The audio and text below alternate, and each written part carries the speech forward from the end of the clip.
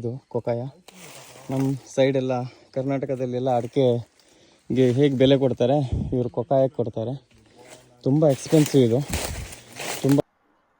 Good morning. ಭಾರತದಿಂದ ಯಾರ್ಯಾರೆಲ್ಲ ನೋಡ್ತಿದ್ದೀರಾ ಅವರಿಗೆ ಗುಡ್ ಆಫ್ಟರ್ನೂನ್. ಯಾಕಂದರೆ ಇಲ್ಲಿ 7:15 ಆಗ್ತಾ ಇದೆ ಟೈಮ್.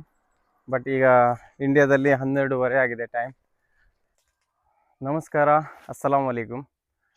ನಾನು ಇಲ್ಲಿ ಸೆಂಟ್ರಲ್ ಆಫ್ರಿಕಾದಲ್ಲಿ ತುಂಬ ನೋಡಿದಂತಹ ಬೆಳೆ ಅಂದರೆ ಕೊಕೋವಾ ಅಂತ ಹೇಳಿ ಇದು.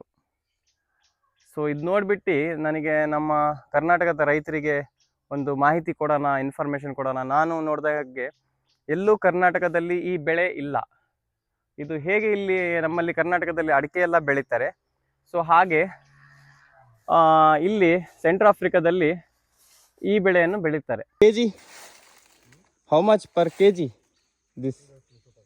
This fruit? Cocoa. Yes, cocoa. Per kg now 4,500 francs CFA. Okay. 4,500 francs. Yeah. Okay. Different. Today go down, tomorrow. ಇದು ಪ್ರೈಸ್ ಸೇಮ್ ಅಡಿಕೆ ಥರನೇ ಇದು ಬೆಳೆ. ಅಂದರೆ ನೋಡಲಿಕ್ಕಲ್ಲ, ಬಿಸ್ನೆಸ್ಸಲ್ಲಿ ವ್ಯವಹಾರಕ್ಕೆ ರೈಟ್ ಹೇಗೆ ಅಡಿಕೆ ಬೆಲೆ ಡೌನ್ ಆಗ್ತಾ ಇರುತ್ತೆ, ಮೇಲೆ ಕೆಳಗೆ ಜಾಸ್ತಿ ಕಡಿಮೆ, ಹಾಗೆ ಇದ್ರದ್ದು ಅಷ್ಟೇ. ಹೆಚ್ಚು ಕಡಿಮೆ ಸರಿಸುಮಾರು ಇದು ಪರ್ ಕೆ ಜಿಗೆ 400ರಿಂದ 500 ರೂಪಾಯಿ ಬೆಲೆ ಬಾಳುತ್ತೆ ಕೆ ಜಿಗೆ. ಭಾಳ ತೂಕ ಬರುತ್ತೆ ಇದು ಚಾಕ್ಲೇಟ್ ಕಂಪ್ನಿಗಳು ಪರ್ಚೇಸ್ ಮಾಡುತ್ತೆ. ಇಲ್ಲಿ ಏನೋ ದೃಷ್ಟಿ ಆಗಬಾರ್ದು ಅಂತ ಹೇಳಿ ಏನು ನೋಡಿ, ಸೆಂಟ್ರಲ್ ಆಫ್ರಿಕಾದಲ್ಲಿ ಹೀಗೆಲ್ಲ ಇವರು ಹೆದರ್ತಿದ್ದಾರೆ, ಟಚ್ ಮಾಡಬೇಡಿ ಅಂತೇಳಿ. ಸೆಂಟ್ರಲ್ ಆಫ್ರಿಕಾದಲ್ಲಿ ದೃಷ್ಟಿ ತಾಗಬಾರ್ದು ಅಂತೇಳಿ ಗಿಡಕ್ಕೆ ಹೀಗೆ ಕಟ್ಟಿದ್ದಾರೆ. ಮಾಟನೋ ಮಂತ್ರನೋ ಏನೋ ಮಾಡಿರ್ಬೋದು, ಗೊತ್ತಿಲ್ಲ ನನಗೆ. ಪೂಜೆ ಗೀಜೆ ಮಾಡಿ ಏನಾದರೂ ಮಾಡಿಸಿರ್ಬೋದು, ಯಾರು ಕದಿಬಾರ್ದು ಕಳ್ಳರು ಅಂತೇಳಿ.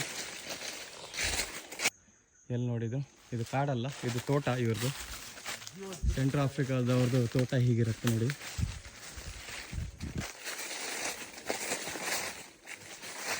ಇದು ತಿಂತಾರಂತೆ ಹೀಗೆ, ನನಗೆ ಗೊತ್ತೇ ಇರಲಿಲ್ಲ.